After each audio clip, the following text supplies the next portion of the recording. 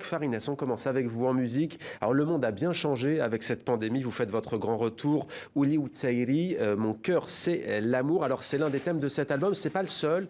C'est un album très profond. On vous a connu beaucoup avec cette image de chanteur populaire, festif, avec vos chansons qu'on retrouve dans les fêtes, dans les mariages notamment. Il y a aussi d'ailleurs dans cet album un titre qui s'appelle El Nim, Tes yeux. Pourquoi cette ode au sentiment? Tout d'abord, bonjour. Oui, mon cœur, c'est l'amour. L'amour, c'est l'âme de la vie. L'amour, c'est l'âme de la vie. Donc, il y a 21 titres dans cet album. J'ai travaillé beaucoup, on a travaillé beaucoup. Ça fait 10 ans, quand même, j'ai pas fait de nouvel album. Oui.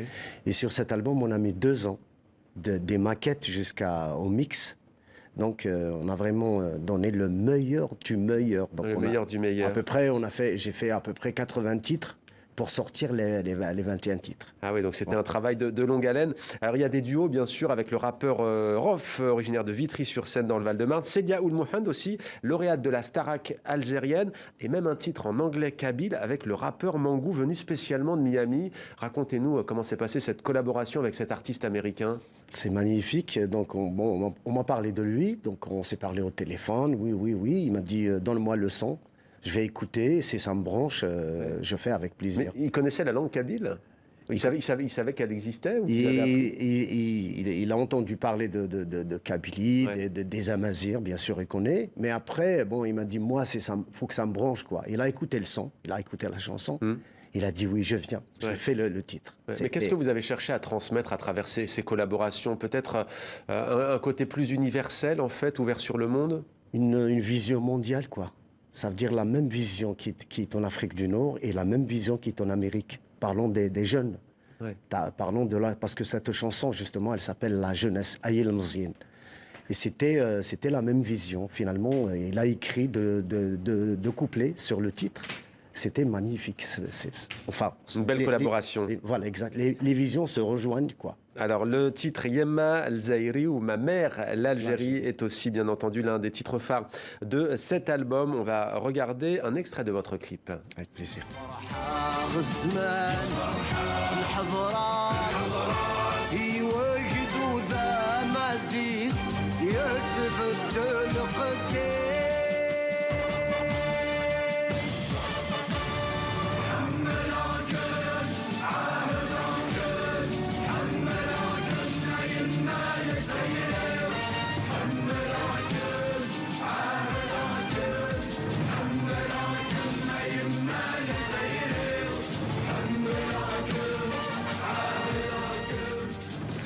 Voilà une chanson qui a des allures d'hymne, comme vous le dites vous-même, Tak Farines. Un hymne pour dire quoi? Que nous raconte cette chanson? C'est très simple. C'est comme si j'ai retrouvé les actes que nos ancêtres nous ont laissés depuis 20 000 ans, même avant. C'est comme ça que je les ai retrouvés.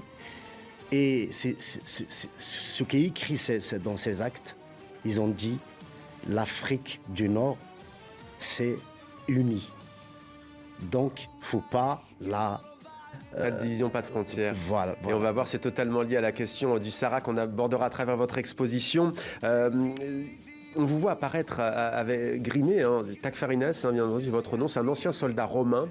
Qu'est-ce qui vous fascine dans c'est un soldat, oui, c'est un soldat romain d'origine berbère. Ouais, ouais. Voilà. Qu'est-ce qui vous fascine dans son parcours, dans ce qu'il incarne justement? C'est déjà mon histoire, ça fait plaisir. C'est surtout le nom, il sonne bien. À cette époque, j'ai choisi le nom en 79, 78. C'est là où j'ai choisi le nom avec la production. Je leur ai dit que je vais m'appeler Tak Farines. Pourquoi? Parce que ça sonne dans n'importe quelle langue. Tak Farines, ça sonne très très bien. Ça résonne en même bien. temps, c'est mon histoire. Ouais. Quel regard portez-vous sur les événements en cours en Algérie? Ce mouvement pacifique, né il y a 2 ans maintenant, plus de 2 ans.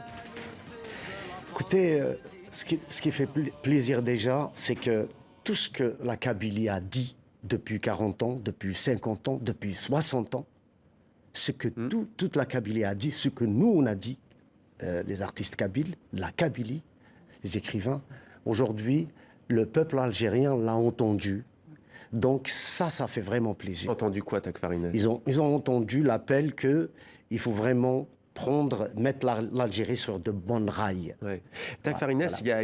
il y a cette question qui secoue aussi beaucoup l'Algérie. C'est sans doute pas la question centrale de ce à quoi on assiste, mais c'est la question identitaire avec la question de la langue berbère, berbérophone, arabophone. Comment est-ce que vous vous situez, vous, sur ce débat, sur cette question identitaire qui revient comme un leitmotiv? Moi, je suis amazir. Moi, je suis amazir de souche.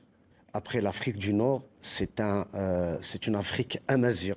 Donc, comme il a dit Massinissa, l'Afrique appartient aux Africains. Ouais. Donc, mais vous comprenez que quand vous dites de souche, ça peut aussi heurter, parce qu'en France, par exemple, si un Français dit « je suis Français de souche », forcément, ça positionne politiquement. Vous, vous avez une vision, ça peut se sentir comme une exclusion. Que dites-vous à celles et ceux qui se sentent heurtés? tout simplement, j'ai le droit de dire je suis un authentique amazir. Après, il peut y avoir quelqu'un qui vient de l'Arabie Saoudite et il devient algérien avec plaisir. Il y a une place pour toutes les langues. Bien sûr, il n'y a aucun. Mais il est dans sur une terre amazir. Oui. On est d'accord. Juste peut-être une petite réaction de votre part, Mayawad, parce que vous êtes originaire du Niger, vous parlez vous-même berbère, puisque vous êtes de Touareg. Est-ce qu'on retrouve ce débat identitaire, en tout cas linguistique, au Niger?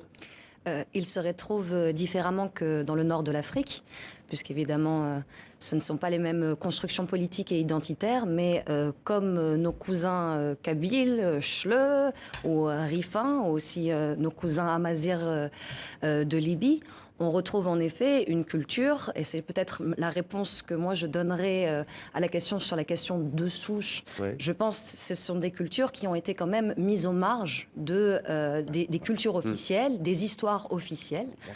Et c'est un petit peu différent que dans... Que de comparer avec le mot souche en français, Voilà. ce que voulait dire Tak Farines. Je pense que notamment, par exemple, la mazir n'a pas été reconnue comme langue officielle pendant des décennies, au sein notamment des pays du nord de l'Afrique. On n'est pas exactement, en fait, Dans la même situation. Le même schéma et la même situation.